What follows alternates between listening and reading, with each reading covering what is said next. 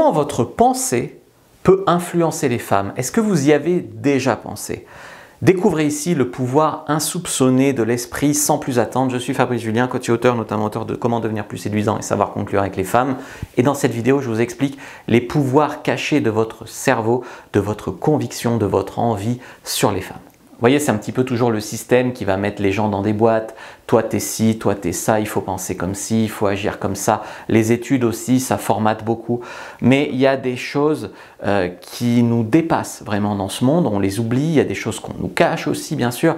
Mais il y a des choses qui nous dépassent et pourtant, elles sont accessibles. Et nous avons tous en nous un énorme pouvoir. Et je ne sais pas par quel miracle, mais le sexe, la drague, la séduction, ça nous permet de nous en approcher. Je connais pas mal de coachs en séduction, sérieux, j'ai beaucoup lu aussi sur les coachs des années 2010.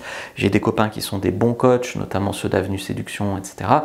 On a tous en commun qu'on a fait des expériences, on va dire, qui défient la logique, d'accord, qui défient le simple rationalisme, d'accord, le pouvoir de ta conviction, de ta pensée, etc. En drague, ça défie la simple logique statistique. On se connecte avec des choses, l'intelligence infinie, on arrive à inventer des choses qu'on croit qu'on a inventées, mais en fait on nous les a soufflées à l'oreille. On a des inspirations hyper belles qui viennent comme ça. Je sais pas, on débloque vraiment notre créativité. Si vous croyez que c'est pas possible, laissez-moi vous mettre ça à l'écran. C'est l'expérience d'un scientifique japonais qui s'appelle Emoto Masaru qui montre que l'eau change de forme au microscope sous l'influence d'une musique différente. Donc regardez à l'écran en fonction des chansons. Einstein nous dit aussi, je cite, « La pensée est une chose physique qui part dans l'environnement et affecte la matière ».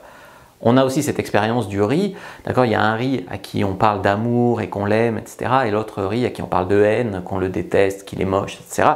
Vous voyez que le riz ne vieillit pas de la même façon selon comment on lui parle. Vous voyez ça à l'écran. Le comportement d'un électron change lorsque celui-ci est observé par un chercheur. Donc vous voyez bien qu'il se passe des choses qui défient la logique, d'accord? Pourquoi un électron ne se comporterait pas de la même façon si on le regarde ou si on ne le regarde pas? Pourquoi le riz ne vieillirait pas de la même façon selon comment on lui parle? Pourquoi l'eau ou la neige n'a pas la même forme selon la musique qu'on lui met? Pourquoi Einstein lui-même disait ces choses-là? Parce qu'il y a beaucoup de choses, tu vois, nous, comme je disais en introduction, nos études, notre métier nous enferment dans un monde logique et rationnel où tout ce qui dépasse un petit peu, on essaye de le moquer, etc. Mais force est de constater qu'il y a des choses qui nous dépassent. Par exemple, pourquoi les pyramides sont apparues au même moment à différents endroits du globe, dans des peuples qui ne pouvaient pas communiquer et de manière relativement alignée? Pourquoi? Voilà, il y a vraiment des choses qui nous dépassent. Donc ne restez pas paralysés par des idées préconçues. Il y a Paul McCartney, donc membre des Beatles, qui a déclaré que la chanson Yesterday, je vous invite à aller l'écouter, la chanson Yesterday lui est apparue en rêve. C'est ce qu'on pourrait dire une inspiration divine. Vous le voyez d'ailleurs souvent un peu plus chez l'autre sexe, par exemple chez les femmes. Tu vois bien qu'il y a des femmes qui te disent toujours « je tombe que sur des connards ». Pourquoi il n'y a que des connards? Je tombe que sur des mecs violents, mes 3 derniers ex étaient des pervers narcissiques, etc. D'accord? Pourquoi il y a certaines femmes qui tombent que sur des connards et d'autres qui n'ont jamais eu un seul mec violent de leur vie dans leur vie? Pourquoi? Parce qu'elles attirent ce genre de mec, en tout cas elles le laissent entrer dans leur vie d'une certaine façon. Pourquoi? C'est vraiment leur état d'esprit. Et pour nous, c'est pareil. Si par exemple quand tu vas draguer dans la rue, tu vois un vaste champ d'opportunités, c'est plus ouvert et tu as plus de champs des possibles que si quand tu vas dans la rue, tu dis « elles sont toutes déjà prises, elles ont l'air méchantes, elles me font peur », etc. Donc vraiment ton état d'esprit est hyper important. Si vous pensez que les femmes sont fermées, ça va les fermer à vous. Et si vous pensez que les femmes sont ouvertes d'esprit, ça va les ouvrir à vous. En fait, c'est pas vraiment ça. C'est-à-dire que finalement, il se peut que ça change pas, qu'il y ait toujours autant de femmes ouvertes que de femmes fermées.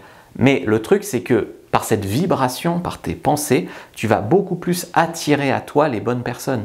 En plus, il faut savoir, ça a été établi par la psychologie, que les émotions sont contagieuses. D'accord? Si je suis mal à l'aise, si j'ai peur, je peux te transmettre ça et tu peux te sentir mal à l'aise sans savoir pourquoi.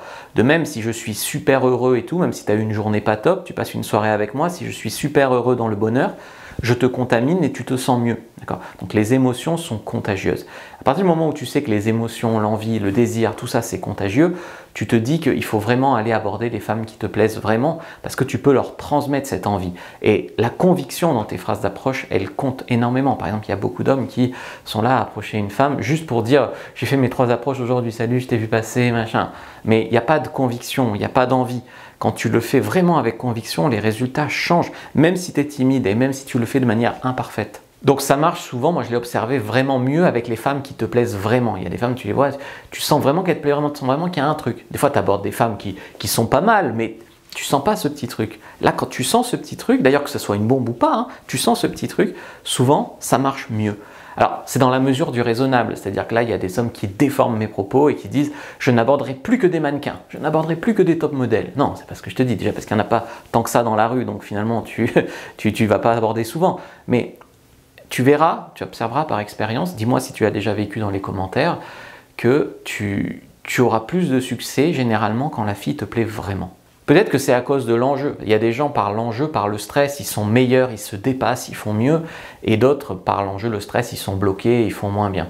Mais moi en tout cas, de ce que moi j'ai observé, c'est que souvent quand la fille te plaît vraiment, ça marche beaucoup mieux, beaucoup plus facilement, de manière beaucoup plus fluide. Alors comment se connecter à ces bonnes émotions, comment se connecter à cette inspiration divine, à l'intelligence infinie on va dire. Déjà il faut y mettre de la bonne énergie, être enthousiaste, en vouloir, de la conviction. Il faut avoir un objectif clair, de la détermination, d'accord? Parce que on va dire les dieux ne vont pas t'aider si tu ne sais pas ce que tu veux toi-même, d'accord? Donc les dieux peuvent t'aider à voir ce que tu veux vraiment.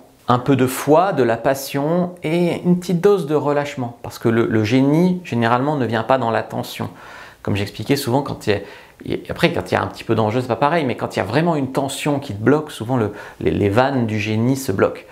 Par contre, généralement, quand tu regardes, par exemple, les footballeurs qui font des super buts, je sais pas, des retournées acrobatiques, ou l'autre fois Ronaldo qui montait à 2 mètres pour mettre sa tête, ou quoi, j'en sais rien, je me rappelle plus combien il montait. Vous voyez, les gestes de génie, par exemple, de sportifs, ils viennent souvent dans le relâchement. Et bien pour nous, dans la drague, c'est pareil.